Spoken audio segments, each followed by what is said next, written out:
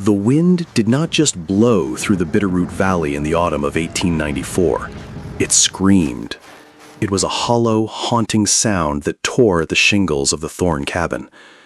Silas Thorne stood by the fence, his boots sinking into the freezing mud. He tightened his grip on a weathered post until the wood groaned. The year 1894 had been a cruel, heartless master to the pioneers of Montana. The great economic panic of 1893 had bled into this year, turning silver into worthless dust. Out here, in the shadow of the Sapphire Mountains, hope was a luxury no one could afford. For Silas, the loss was not measured in banknotes or silver coins. The true tragedy lay behind the cabin, beneath a mound of earth marked by a simple wooden cross. It had been 6 months since he buried Martha, 6 months since the light had left this house. Now the ranch felt like a graveyard of unfinished dreams and silent rooms. His 2 children stood on the porch, their small frames silhouetted against the gray sky. They watched him with eyes that had grown too old, too fast. Anna was only 7, but she carried the weight of a woman. She had learned to braid her own hair, though her fingers often trembled with the cold. Little Leo was only 4. He had stopped asking when Mama was coming home. That silence was a dagger in Silas's heart every single morning. He looked up at the peaks, seeing the first dusting of winter snow. The larder was nearly empty. The cattle were rib-thin and listless. Then he saw her. A lone figure appeared on the long, rutted road from Hamilton. She walked with a steady, rhythmic pace, despite the heavy mud clinging to her boots. A blue headscarf was tied firmly under her chin, shielding her from the biting gale. A vibrant red shawl offered the only splash of color against the desolate horizon. It was a defiant red. It was the color of a heartbeat in a land that felt dead. She stopped at the gate, her hands clutching a small, worn canvas bag. In her other hand, she held a small wooden horse. Its paint was chipped, its tail long gone, but she held it like a treasure. Silas did not reach for his rifle, but his body became a wall of stone. The woman did not look like a drifter. She did not have the shifting eyes of a thief. She had the face of someone who had seen the very bottom of the world. She looked like someone who had reached the bottom of the world and still chosen to climb. Her eyes were a soft, steady brown. They were as clear and deep as a mountain stream after a rain. "I am not looking for charity," the woman said. Her voice was low and melodic, carrying the gentle lilt of the southern plains. Silas did not move an inch. "There is no work here," he replied, his voice raspy from disuse. "The banks are taking the land. The frost is taking the rest." The woman looked past him, her gaze landing on the 2 children on the porch. She saw the dirt on their pale cheeks. She saw the hollows under their eyes that spoke of missed meals. She looked at the smoke rising from the chimney. It was thin, gray, and weak. "If I can feed you, let me stay," she said quietly. Silas let out a harsh, dry laugh that sounded like breaking glass. "Feed us?" "I have half a sack of flour and a handful of dried beans." The woman stepped closer to the fence, her presence radiating a strange warmth. "I have seen a handful of beans become a feast in the right hands," she said. "I am Clara Vance. I am a widow, and I have nowhere left to walk. I don't need your pity, only one corner by the stove and a chance to earn my supper." Silas looked at his children again. Anna was shivering, her thin coat held together by a single fraying button. The desperation in his chest finally broke through his pride. "Just until the first heavy snow," Silas grunted. "If the pot goes empty, you leave." Clara nodded once, a gesture of solemn, sacred agreement. She walked past him, her red shawl fluttering in the wind like a signal fire. She stopped before the children and knelt in the freezing dirt. She didn't try to force a hug. She didn't offer the hollow, false promises of a stranger.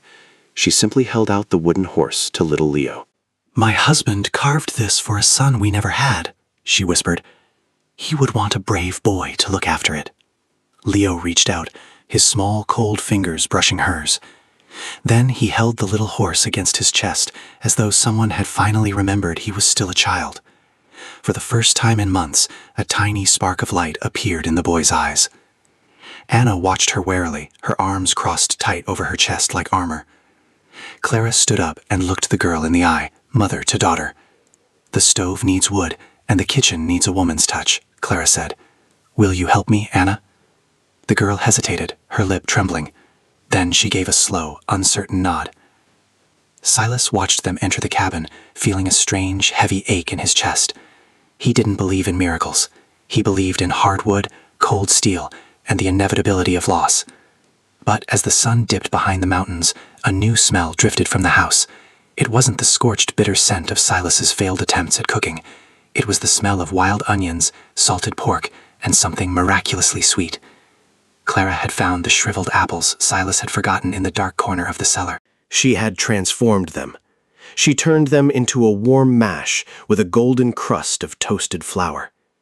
That night, the children ate until their bellies were round and full. Silas sat in the shadows of the corner, watching Clara move. She worked with a quiet, rhythmic grace that calmed the air around her. Before long, the cabin no longer smelled like grief. It smelled like bread, warm soup, and hope. The cabin felt smaller with her in it, yet somehow it felt less like a cage and more like a home. The next morning, Clara was awake long before the sun touched the peaks. She had her sleeves rolled up, her arms dusted with fine white flour. She was an alchemist, turning meager rations into gold. She went to the garden patch that Silas had abandoned to the weeds and the frost. With a rusted hoe, she began to dig into the unforgiving earth. Even after the first frost, Clara found enough hidden vegetables to stretch another week's meals. "The earth always keeps a secret for those who listen," she told Anna. Anna sat in the dirt beside her, mesmerized by stories of the Great Plains. Clara talked about the Pullman strike of 1894 that had paralyzed the nation. She spoke of the fires in the rail yards and the men who stood for their dignity. She told them how her husband had been a man of principle, caught in the crossfire of history. She didn't cry when she spoke of his passing. She spoke as if her tears had all dried up years ago, leaving only tempered steel behind. As the weeks passed, the town of Hamilton began to notice the change. They saw the Thorne children at the general store. Their clothes were clean, patched with precision and care. They saw Silas Thorne's back straightening as he worked the winter wood. The neighbors whispered behind their hands about the woman in the red shawl. Some said she was a long-lost relative from the east. Others, more cruel, whispered that Silas had replaced his wife too quickly. Mrs. Higgins, the town's self-appointed moral guardian, decided to intervene. She arrived in a buggy pulled by a fat, pampered mare. She marched to the door and knocked with the silver handle of her parasol. Clara opened the door, her face smudged with soot and sweat. "Can I help you, madam?" Clara asked with quiet politeness. Higgins peered into the house, her eyes hunting for scandal. Instead, she saw a home that was sparkling and filled with light. She saw a pot of stew simmering, filling the air with a rich, savory aroma. She saw Anna reading a tattered book to Leo by the warm hearth. "I am here to check on the welfare of these poor, motherless children," Mrs. Higgins declared. Clara didn't flinch. She didn't lower her gaze. "They are not motherless in spirit, Mrs. Higgins, and they are certainly not hungry." Clara offered the woman a thick slice of her fresh-baked bread. It was soft, warm, and smelled like a memory of better days. Mrs. Higgins took a bite, and the lecture died in her throat. She left the ranch in a huff, but she couldn't stop talking about that bread. "She's either a witch or a saint," Mrs. Higgins told the ladies at the quilting bee. But no human woman should be able to make flour taste like that. Silas ignored the gossip of the town. He was busy fighting the elements to save his remaining herd. One evening, he returned home covered in a sheath of ice. His boots were frozen to his feet, his beard matted with snow. He had spent 10 grueling hours in the wind, moving cattle to the lower draw. He collapsed into the chair by the fire, his breath coming in ragged, painful gasps. Clara didn't say a single word. She knelt before him and pulled off his frozen boots. Her warm hands were a shock against his deadened, icy skin. She wrapped his feet in a heated brick and brought him a bowl of steaming broth. "You are a stubborn man, Silas Thorne," she said softly. Silas looked at her, the firelight dancing in the depths of her brown eyes. "I have to be," he whispered. "If I break, they have nothing left to hold on to." Clara placed her hand over his, her touch firm and grounding. "You are not alone in the wind anymore, Silas." Silas almost answered. Instead, he lowered his head. It was the first time since Martha's funeral that someone had touched him with kindness instead of sympathy. The room grew very still, the world outside vanishing. The only sound was the crackle of pine logs and the low whistle of the storm. Silas felt a heat that had nothing to do with the hearth. He realized with a jolt of fear that he didn't remember life before she arrived. It was a dangerous, terrifying thought for a man who had lost everything once. He lived by the seasons, and he knew that seasons always changed.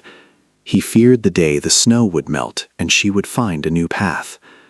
But for now, this small cabin was a fortress against the world. We are halfway through this emotional journey of the Bitterroot Valley. If Clara's strength and Silas's resilience have touched your heart, please subscribe to our channel. Your support helps us bring more of these forgotten stories of the frontier to life. What do you think is the secret Clara is hiding in that small canvas bag? Let us know in the comments below. We truly value your thoughts. Now, let's see what happens when the town's silence is finally broken. The winter of 1894 became a legend of hardship in Montana history. The mountain passes were choked by 10 feet of unrelenting snow. Supplies in Hamilton began to run dangerously, terrifyingly low. Panic-era prices had turned basic goods into a dream for most families. But at the Thorn Ranch, the smoke never stopped rising. Clara had taught Anna how to preserve every ounce of meat from a slaughtered steer. She showed them how to make candles from tallow and soap from simple wood ash. She was a woman of the frontier, forged in a fire hotter than any of them knew. One night, a frantic knock came at the door in the middle of a whiteout. It was Miller, a young father from the neighboring homestead. He was gaunt, his eyes wide with a wild, desperate fear. "My wife, the baby, there is no milk," he sobbed, his voice breaking. "We have nothing left to burn but the floorboards." Silas looked at the screaming storm outside the window. To go out in that was a death sentence. Clara did not hesitate for a second. She grabbed her red shawl and her heavy canvas bag. "Silas, get the sled," she commanded with the authority of a general. "We have the extra wood we stacked last week. And I have the dried milk powder I've been saving." Silas wanted to tell her she was being foolish, but the fierce light in her eyes silenced his every doubt. They spent the entire night fighting the drifts, hauling wood and life to the Miller cabin. Clara stayed by the young mother's side, humming ancient songs of the South. She stayed until the baby stopped crying and the fire roared in the hearth. By morning, the word began to travel through the snowdrifts. Clara Vance wasn't just a housekeeper or a drifter. She was the very heartbeat of the valley. But as the holiday season approached, a new shadow fell over the ranch. A man named Edgar Sterling arrived from the city in a black carriage. He was a representative of the mining conglomerate that held the local debts. He wore a wool suit that cost more than Silas's entire herd of cattle. He stood in the middle of the kitchen, his polished shoes an insult to the clean floor. "Mr. Thorne, your payments are 3 months behind," Sterling said. "The company is exercising its right to reclaim this land for mineral testing." Silas felt the world tilting beneath his feet. "I have the money coming from the spring sale," Silas argued, his voice shaking. "Spring is too late," Sterling sneered, looking around the humble room. "You have 30 days to vacate this property." He looked at Clara with a cold, disdainful eye. "And you, madam, I suggest you find a more stable situation for yourself." Clara stood by the stove, her hand resting protectively on Leo's shoulder. "This house is stable because of the people in it," she said firmly. Sterling laughed, a cold, metallic sound that chilled the room. "Sentiment doesn't pay the interest rates, Mrs. Vance." He left a legal notice on the table and walked back out into the cold. Silas put his head in his calloused hands, his spirit breaking. The children looked at him, their faces pale with a renewed fear. "We'll lose everything," Silas whispered into the silence. "I failed them again, Martha," he said to the ghost of his wife. Clara walked over to him and gripped his shoulders with surprising strength. "Look at me, Silas Thorne." "We are not leaving this valley. I have seen men like him in the rail yards of Chicago. They want the land because they think we are too weak to hold it, but they don't know the steel we are made of." She went to her small room and returned with the canvas bag. She pulled out a bundle of papers tied with a faded silk ribbon. "My husband didn't just die in a strike," she said, her voice steady. "He was a lead surveyor for the very company Sterling represents. He kept records of the land rights in this valley before he lost his life during those difficult days. He knew there was no silver here, only iron and the hope of honest men. But he also knew about an old territorial homestead protection law. It protected homesteads where a widow, a family, or a working household had kept the land alive through hardship." Silas looked at the papers, his vision blurring with tears. "Clara, you've had these the whole time?" "I didn't know if I could trust a man again," she admitted softly. "I didn't know if this was a place worth saving for. But I see the way you look at your children when you think no one is watching." "I see the way you fought the storm for a neighbor's child. This land belongs to the people who are willing to bleed for it." The next day, Clara did something that shocked the entire town of Hamilton. She didn't go to a lawyer, and she didn't beg at the bank. She invited the entire town to the Thorn Ranch for a gathering. She used what little flour remained, along with supplies quietly brought by grateful neighbors. She baked bread, pies, and cakes the likes of which the town hadn't seen in years. She sent Anna and Leo on the ponies to deliver the invitations to every porch. On a crisp Saturday in December, the yard was filled with wagons and horses. Even Mrs. Higgins showed up, wrapped in 3 layers of expensive wool.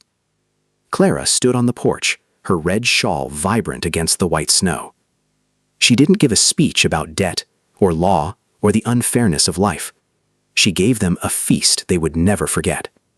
She showed them what a community looks like when they pool their spirit. She sat the struggling farmers next to the nervous town merchants.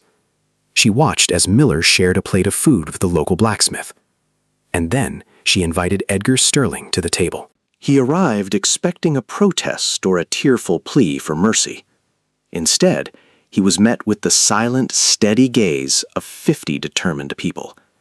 Clara handed him a plate of her famous slow-cooked pot roast. "Eat, Mr. Sterling," she said with a smile that was as sharp as a blade. "It's hard to take a man's home on an empty stomach." Sterling sat down, feeling the immense weight of the town's eyes on him. He saw the unity in that room, a bond forged in the cold. He realized that if he touched Silas Thorne, he touched the entire valley. Then Clara laid the surveyor's maps on the cable right next to his plate. "Your company claims there is silver here," she said loudly for everyone to hear. "But these maps, signed by your own former lead surveyor, say otherwise. If you try to take this land, we will take these maps to the territorial governor.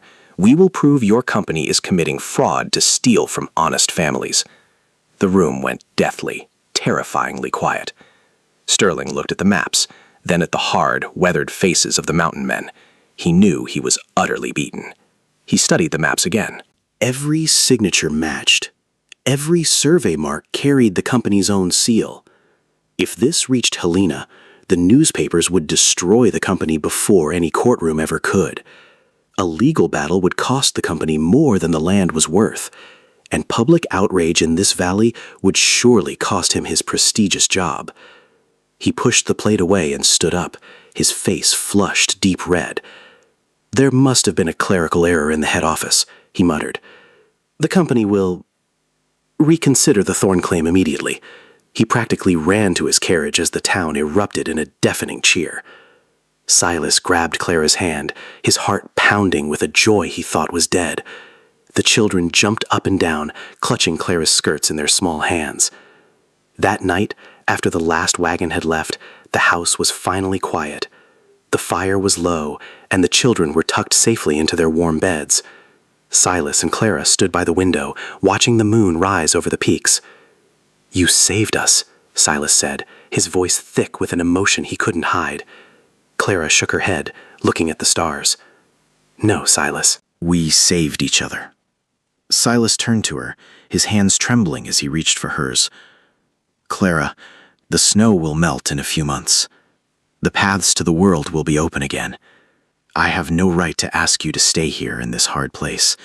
I have nothing to offer you but a difficult life and a lonely ranch."